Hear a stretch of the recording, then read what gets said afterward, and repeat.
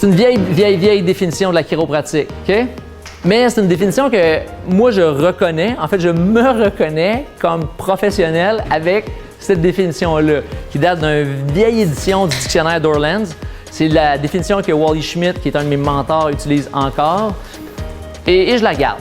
Pas que j'aime pas la définition actuelle, mais dans le fondement, la chiropratique, c'est une science de neurophysiologie diagnostique appliquée, basée sur la théorie que la santé et la maladie sont un processus de vie. Donc, c'est pas blanc ou noir, c'est un processus, c'est un continuum et tout le monde ici, tout le monde dans vos patients sont à différents endroits le long de ce continuum-là.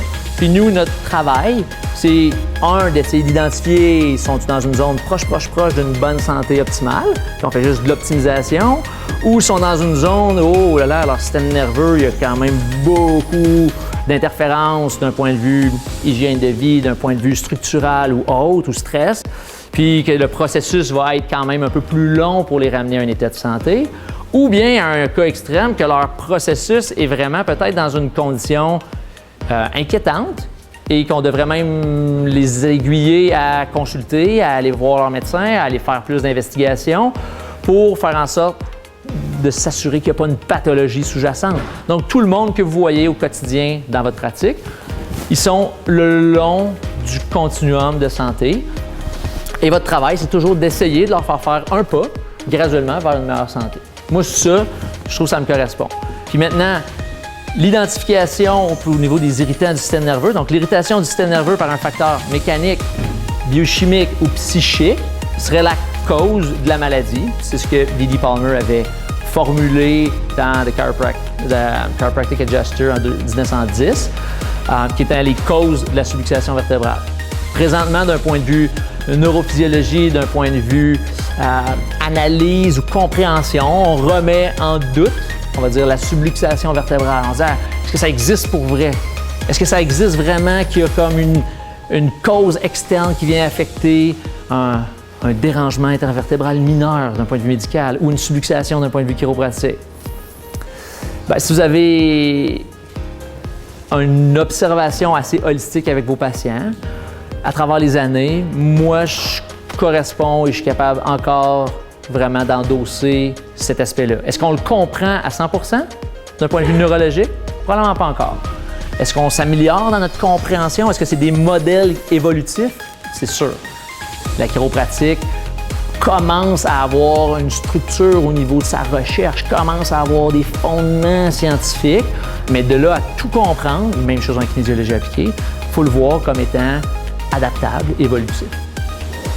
Donc, la restauration et le maintien de la santé dépendent de la fonction normale du système nerveux. Comme chiropraticiens, nous, c'est notre prémisse de base. On veut un système nerveux qui fonctionne de façon optimale pour avoir une santé qui est optimale. Puis le diagnostic, l'identification des irritants nocifs qu'on a mentionnés au préalable. Puis l'objectif, c'est d'utiliser un traitement qui est le plus, on va dire, naturel possible pour enlever ces irritants-là. Donc, pour nous, tout le volet manuel, tout le volet gestion des habitudes de vie, qui est quand même dans une zone grise aussi, où il faut faire très attention dans notre discours, la façon qu'on communique l'information aux patients, sur un aspect alimentaire, sur un aspect recommandation nutritionnelle et autres, puis on va s'efforcer à travers les formations pour vous guider comme il faut là-dessus. Même sur le volet émotionnel, d'un point de vue, les patients, ils en ont tous du stress. Vous le savez, vous êtes là. Vous avez des expériences cliniques de patients qui vivent des situations particulières, qui ont des répercussions au niveau de leur santé. Vous l'avez, si vous ne l'avez jamais vécu, vous êtes un des rares sur la planète que le stress n'a pas affecté ou n'a pas comme contribué à certaines conditions de santé pour vous. Mais la majorité des gens comprennent, et même dans la littérature scientifique, c'est très, très bien défini à l'heure actuelle. Il faut juste faire attention à toutes les lois, comprendre notre champ de pratique, comprendre comment on peut communiquer une information adéquate pour ne pas être perçu comme étant dans le champ de pratique de quelqu'un d'autre. Maintenant, la subluxation vertébrale, c'est D.D. Palmer. Donc, les causes de la maladie, on remonte à 1910, la découverte de la chiropratique en 1895, trauma, les poisons, puis autosuggestion, donc le volet émotionnel. C'est les mêmes bases qu'on va utiliser vraiment en kinésiologie appliquée.